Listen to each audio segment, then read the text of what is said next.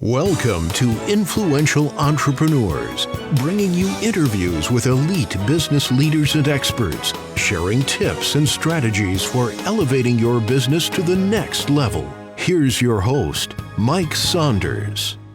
Hello and welcome to this episode of Influential Entrepreneurs. This is Mike Saunders, the Authority Positioning Coach. Today we have back with us Owen Edwards with Edwards Investments, and we'll be talking about gaining confidence in your financial future. Owen, welcome back to the program. Thank you, Mike. Appreciate it. Thanks for having me back. Probably if you were to ask 100 people on the street, how confident are you about your financial future? Boy, we'd get some pretty amazing answers. So I know that this is a really powerful topic because your financial future envelops so many different things, from income to retirement to taxes to the economy, inflation. There is just so many things that can be incorporated. Where do you start when you're talking with your clients about gaining confidence in your financial future? I think a lot of times people think, I just would check the box that I'm uncertain. So how do you kind of start the conversation to help them change their thinking and transform from uncertainty into clarity? It's a great question. The key for moving from guesswork to a written integrated plan. Most people, they have accounts, they have statements, they have investments, but they don't have a coordinated strategy, whether it comes to income or growth. And when they see this stuff clearly in a written integrated plan, it gives them peace of mind. And what income is guaranteed, how their investments can supplement that income, how taxes and inflation are addressed. Then they suddenly move from, well, I hope this works, to I know exactly how this works. And that clarity is what builds lasting confidence and peace of mind for the client. And probably if you were to kind of peel back the curtain and say, here's what a plan would look like, there's a lot of buckets like you were mentioning there. And there's probably several of the buckets that when you're talking to your clients, they're like, oh, I never thought of how that impact. It's almost like a domino effect, if this turned out negative, then that's going to have this whole domino effect affecting the next bucket, the next pillar, the next thing. So, yes. Have you seen that in building these plans where you see someone maybe holding on too tight to, but my money's always been in the market. And you're like, but you're at an age where we need to start getting it out of the market that's volatile and getting it into some more secure, returns. Yeah, bucket planning is important. And I use that term and I use that strategy for clients. And education and transparency are everything for these people. And just like someone you just mentioned that, well, this has always worked for me, but now they're at a different age and they're closer to retirement. People, they don't want to be told what to do. They want to understand why. And as fiduciaries, I was literally going to say that you probably have some people that go into some advisors and they walk out going, he just kind of fit a square peg in a round hole, and you are teaching me and helping me understand. And so I was wondering, when you use the word transparency, what are some examples of how transparency would help? Meaning, like, you might go, hey, typically we like to see people start moving out of the markets around age so-and-so, but could there be some times where you go, but in all transparency, in your case, this could work to kind of extend it out a little bit because every plan is different for every client. You do not have a cookie cutter template that you just dole out to everybody. But talk a little bit more about education and transparency. Right, Mike. There's rules of thumb, but they could be dangerous. So every written integrated plan is tailor-made for the client because everyone's situation is slightly different. And again, they don't like to be told what to do. They want to understand why. And our job as fiduciaries, our responsibility is to put the client's interests first, but also explain the strategies. We do the planning together. And it's very important that they understand and see that in this situation, in their situation, why the rule of thumb they heard about doesn't make sense for them. And then the light bulb goes off and they understand. When the client understands the fees and the risks and the trade-offs and nothing is hidden, that's when real trust will develop. Transparency takes away the fear of what am I missing and replaces it with confidence that they're making informed decisions alongside a trusted partner who's guiding them along the way. In the industry, when you stay on top of, happenings in the industry, I've heard this phrase because you've used trust a couple times, that we're in a trust deficit because everything, from online to AI to advisors or people in positions of authority, abusing their power, we tend to distrust people. So talk a little bit about your approach to being that fiduciary, because I feel like sometimes people have heard that word fiduciary and they don't realize how stringent that it is, holding your feet to the fire so that your clients are treated right. Correct. And just in my heart, I've always been a fiduciary for my clients to put their best interests first, because I'm from a small town and I'm going to see these people in the grocery store, or Yeah. I have to deal with them at their annual client review next year, and I need to be able to look them in the eye. And you need to be able to sleep at night and look at yourself in the mirror in the morning. So to be held to the fiduciary standard, it's great, but I took an extra step and became a certified financial fiduciary, which I'm quite proud of. And that it gives people a peace of mind that they know that legally and ethically, I have to put their interests first, which I have done anyway, even before I became certified. But now that I am, people like that credential, and they like that. Yeah. And trust is formed and built over time. And they sit with me in the beginning. We get that plan together. And, not everything I suggest benefits my business. I mean, benefits the client. I could make a move or tell them to do X, Y, Z, and I don't get paid to do that, but it's Yeah. what's best for them, and that's what I need to instill in their plan, and that builds trust from clients. So what's an example of something that you may see would benefit a client and you're making a recommendation because it's best for them, but it might not benefit you? What would that look like? Maybe something in their current 401k, that, Okay. as long as you work there and you're of a certain age, the money stays there and they're employed there, and until they separate from employment or Yeah. retire.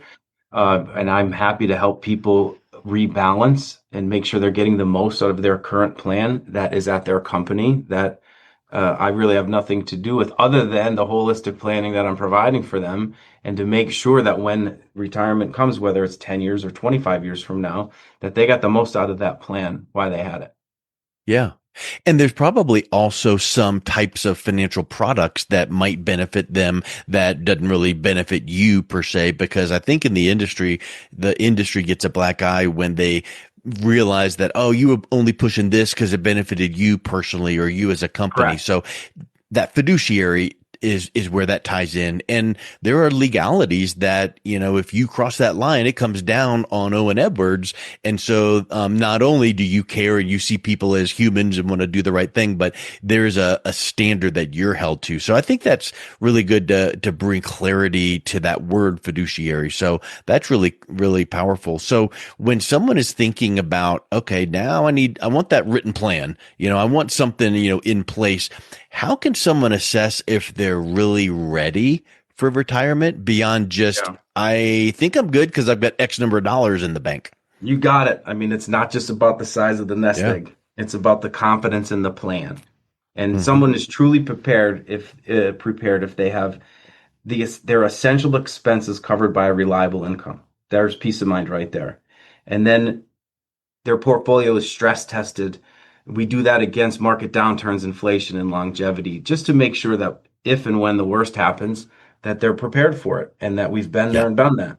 And they know how taxes and inflation will affect them year by year. And emotionally, they feel better and the peace of mind instead of anxiety. In other words, being prepared means not only having enough, the size of the nest egg, as we said, but also having confidence to spend and enjoy it, which is Yep. really what matters. And I think having that plan in place, that written plan in place, that I think you've mentioned this, but you alluded to the fact that it's holistic. It's not just, oh, here's the plan for, and then if some other advisor comes behind it and goes, yeah, but you left out and you left out and you left out. So having a plan that is holistic and addresses everything from mitigating taxes to making sure that there's protections in there, but making sure that also that you're reviewing it and adjusting as needed, because Yes. I think that sometimes people tend to go, oh, I've got that plan in place, kind of like, oh, I wrote my will 4 decades ago when the kids were still 2. Yes. Life happens and things Yeah. change, and the annual reviews are key. And whenever there's a big change in the on my side, in the markets, in the bonds and the annuity markets, or in their lives that we need to connect on that and adjust the plans as needed. But at least once a year, sit down to say, what was our plan? We're at step one. We're in year one. What did we see? Where are we? And what, if any, adjustments we need to make for the next year? Yeah. Do we need to tweak or not? And if Right. there are adjustments, it doesn't mean, oh, the plan was wrong. It just means at that moment in time, we put that plan together with what we knew, but we didn't know inflation was going to go up, down, or all around, or we didn't know whatever the case is. So always check, always check. What are some of the things that would help build that confidence in the financial future? That someone could feel like, okay, I'm doing you. We mentioned taxes, and I know that sometimes people go, yeah, I got to pay taxes on that 401k or that IRA.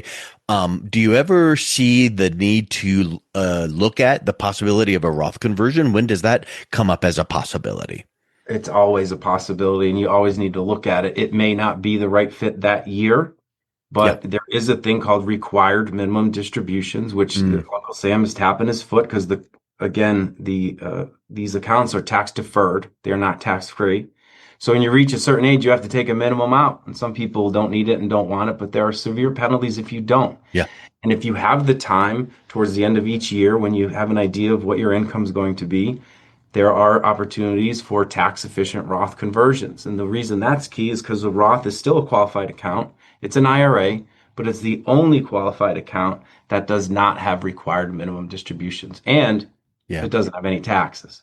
And that's why there are no required minimum distributions, because Uncle Yeah. Sam isn't getting any tax money from it. So every year it's worth looking at. Some years you may convert, $6,000. Some years might be $60,000, but it depends on your portfolio and your income that year, and then the time you have. If you're 50, you're in a Yeah. stronger position than if you're 65. I had a lady just recently who's facing her first RMD, and I just started working with her.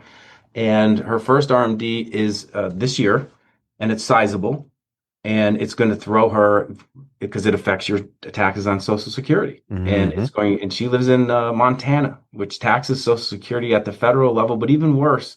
And we won't get into the whole tax thing, but it taxes the full amount of the Social Security.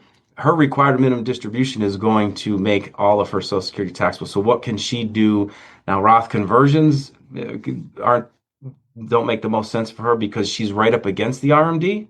And I just started talking to her a month ago.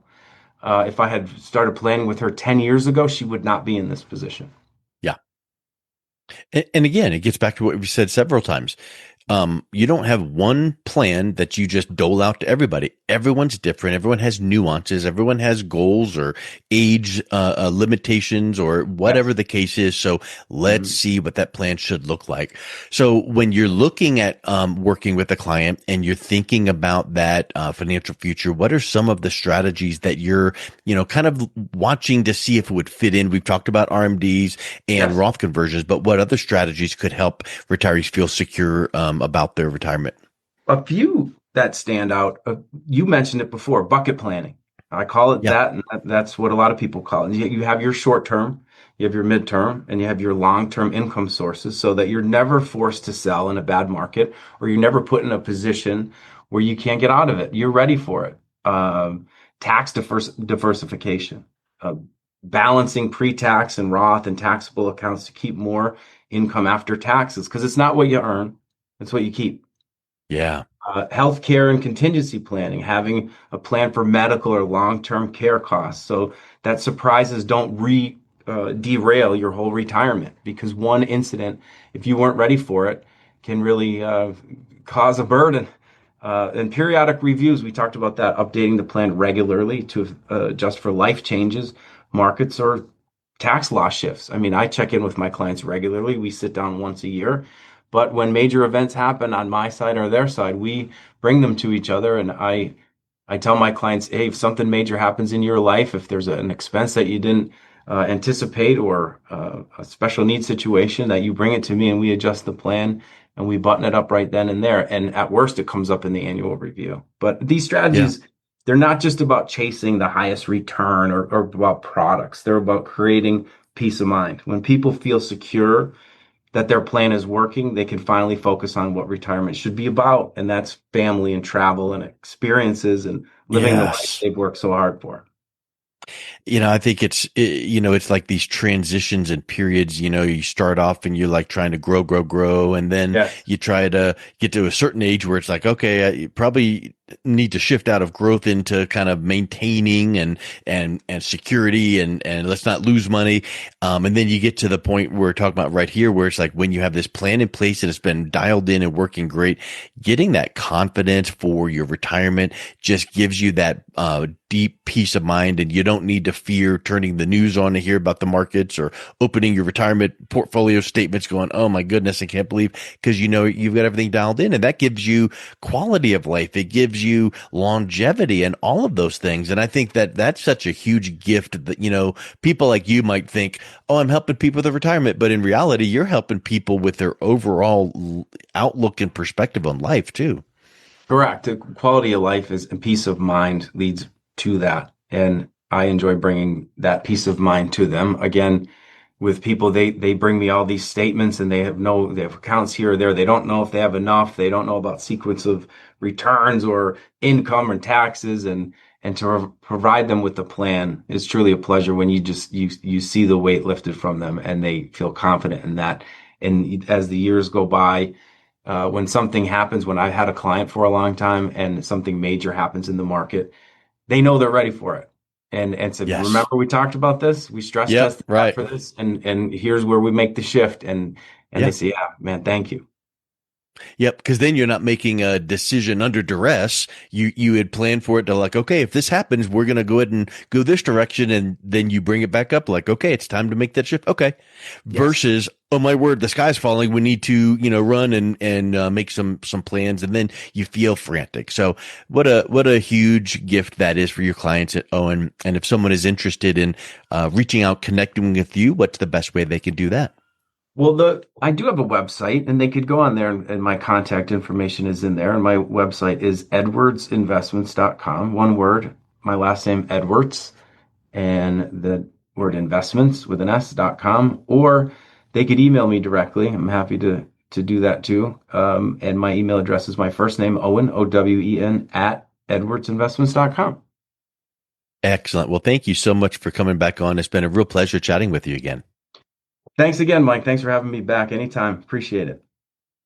You've been listening to Influential Entrepreneurs with Mike Saunders. To learn more about the resources mentioned on today's show or listen to past episodes, visit www.influentialentrepreneursradio.com.